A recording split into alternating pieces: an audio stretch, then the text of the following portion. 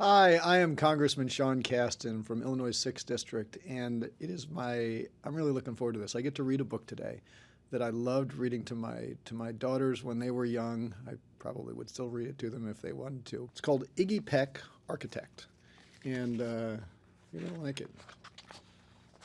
Hopefully be a little bit inspired to it by it.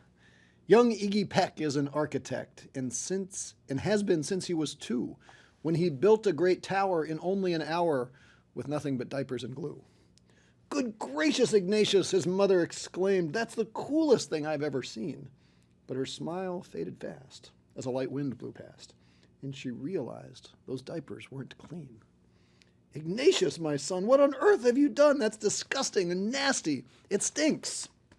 But Iggy was gone. He was out on the lawn using dirt clods to build a great sphinx. When Iggy was 3, his parents could see his unusual passion would stay. He built churches and chapels from peaches and apples, and temples from modeling clay.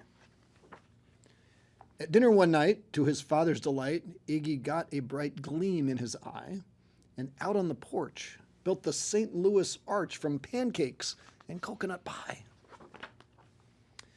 Dear Ig had it made until 2nd grade, when his teacher was Miss Lila Greer. On the very first day, she had this to say: "We do not talk of buildings in here. Gothic or Romanesque, I couldn't care less about buildings, ancient or new." She said in her lecture about architecture that it had no place in grade 2. That might seem severe, but she was sincere. For when she was no more than 7, she'd had a great fright at a dizzying height in a building so tall it scraped heaven.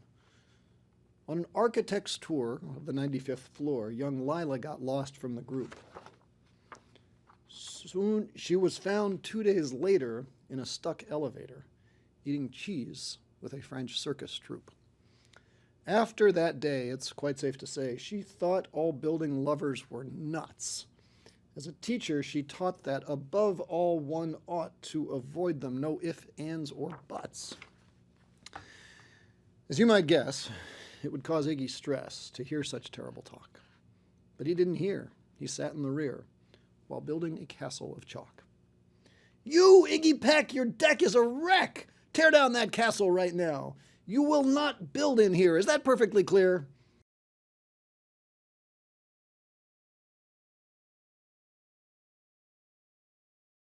My name is Bonnie Mathias, and I am the coordinator of the Illinois Center for the Book, a programming arm of the Illinois State Library, a department of the Illinois Secretary of State's office.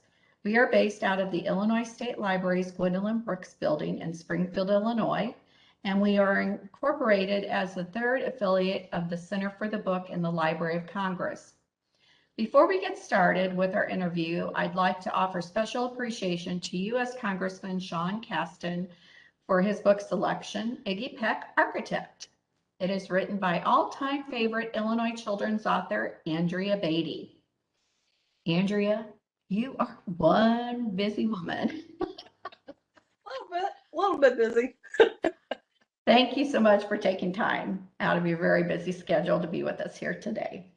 Well, thank you. And I want to thank the Library of Congress, which is, I always refer to the Library of Congress as the keeper of the keys, because they're the keeper of the keys of all things for this country. And the state library systems are the keeper of the keys for every state. So thank you for this to the Center for the Book. And also thank you, Representative Casten, for picking Iggy Peck, Architect. I actually live in the 6th District of Illinois, and so he's my representative. That makes me super excited. Oh, perfect. Yeah. Well, are you ready to get ready Yeah. or get going, I should say, with a few Yeah, interview I am questions? ready to get ready. Okay. Andrea, when did you know that you were going to become an author? I did not ever imagine being a writer of any variety until I was in my I was about 30, I guess. It was in my late 20s that I started doing some writing, technical writing at a computer company. And not long after that, I had kids and I was staying home with them and reading tons of picture books. and kind of fell in love with picture books. And that was the first time I'd ever thought, gee, I want to try my hand at this. And so I started writing them, and it kind of worked out. No one's more surprised than I am and more delighted, but it's such a marvelous art form. It's kind of a very unique thing where the pictures and the words, there's this magic that happens in the land where they meet, somewhere in between the two of them, that there's nothing else quite like it. So I'm quite late to the game, can I say? Although, having said that, that's now been a minute. So I guess, I don't know. Time flies when you're having fun. Oh gosh. Well, late to the game or not, you're doing quite well. You're Thank just you. checking them out. I get on a roll. And then I spend a lot of time just staring into space. Like, I use up all the verbs and adverbs and things in my head and can't pull a word out of my brain to save my life for a while. Yeah. Well, how did you come up with the idea of Iggy Peck Architect? So when my son was a little guy, when he was, 3, 4 years old, he was that kid who loved to build with whatever he could find. And so, when I was cooking dinner, I'd pull out all the cans of soup, and he would make them into giant towers or cities. And, of course, Legos were everywhere and still are in our house. And so I just kind of one day got the thought, what if there was a kid who was so passionate about building things, and particularly architecture, and just started thinking about that and letting that idea just tool around in my brain, and it kind of morphed into this book, Iggy Peck Architect. And so when a picture book that rhymes comes to me, it sort of rattles around in my head, and it's almost like listening to music that's kind of on the other side of a wall. I can't quite hear what the words are, but it's just the rhythm of it and the music of the text just sort of comes to me for a while, and then I get it and then write it down. And so that's what happened with Iggy Peck. And it was originally going to be a sort of a standalone book. It was just this one book.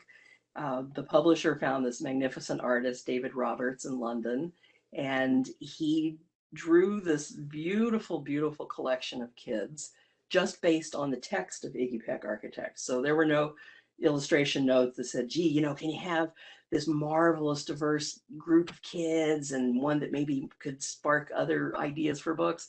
But he just drew this beautiful classroom of kids. And then from that came Rosie Revere, and then Ada Twist, and all the other books since, Sophia Valdez, Future Prez, and the next one, Aaron Slater, illustrator. David created this beautiful bunch of kids, and each character that he's drawn have their own personality. I mean, they are kind of complete people, but he doesn't share with me who they are, just leaves little clues to their personalities. And so I stare at them and think about them and ask them, who are you? What's your deal? And eventually they kind of tell me, and that becomes the next book, which then David illustrates and then includes more beautiful clues about who these kids are, and kind of the circle goes on. I love it. So you start with one, Yeah. and it just led into all of the others. Oh, Yeah. here they are, helping to build the bridge, and you can start to see some of them come together, just even there. Just, you can start to see their personalities even come through there. Indeed, yes. Yeah, and it's the interesting thing too that David does with his illustrations is that the illustrations seem very simple, but there's an enormous amount of detail tucked into each illustration. And David puts in so many Easter eggs. He ties little secret things in the book, and then also among all the titles, all the books, so that kids who will sit and pore over these illustrations, because they really, while they seem simple, there's so much to see that kids really respond to that. And I think it's one of the things I love best about David's art is that it's so respectful to kids. He knows that they can handle a lot in an illustration, and it makes those books something that they want to revisit over and over and over again. So I just think that's so much fun. So Well, I know you can pull them in at the National Book Festival, Andrea. I love the National Book Festival. And can you see? And I did not put that up there for today. That's a National Book Festival poster. Oh my First gosh. time I got to go, and I love that festival so much. I hope one day we can get back to going in person. Andrea, can you think of anything else you would like to share with the Okay. group? I'm so pleased. I want to thank all the librarians out there, all the educators, all the parents, everyone who helps get books and the independent booksellers, because if they play such a key role in books finding an audience and getting a chance to get out into the world. They're sort of right there at the starting process, and they're so essential. I just want to thank everyone who gets books to kids, and it's particularly now where there's so many of us are still stuck at home, or we're in this strange era of you know being at home or being at school, or just complicated. And the joy that books bring to kids and the comfort they bring to kids is so important. It's really everything. I don't think there's much that we can do for kids that gives them the longer benefit than reading with them. So everyone who's out there making that happen, thank you. Keep up the great work. Well, Andrea, thank you so much for taking the time out of your schedule to be with us here today.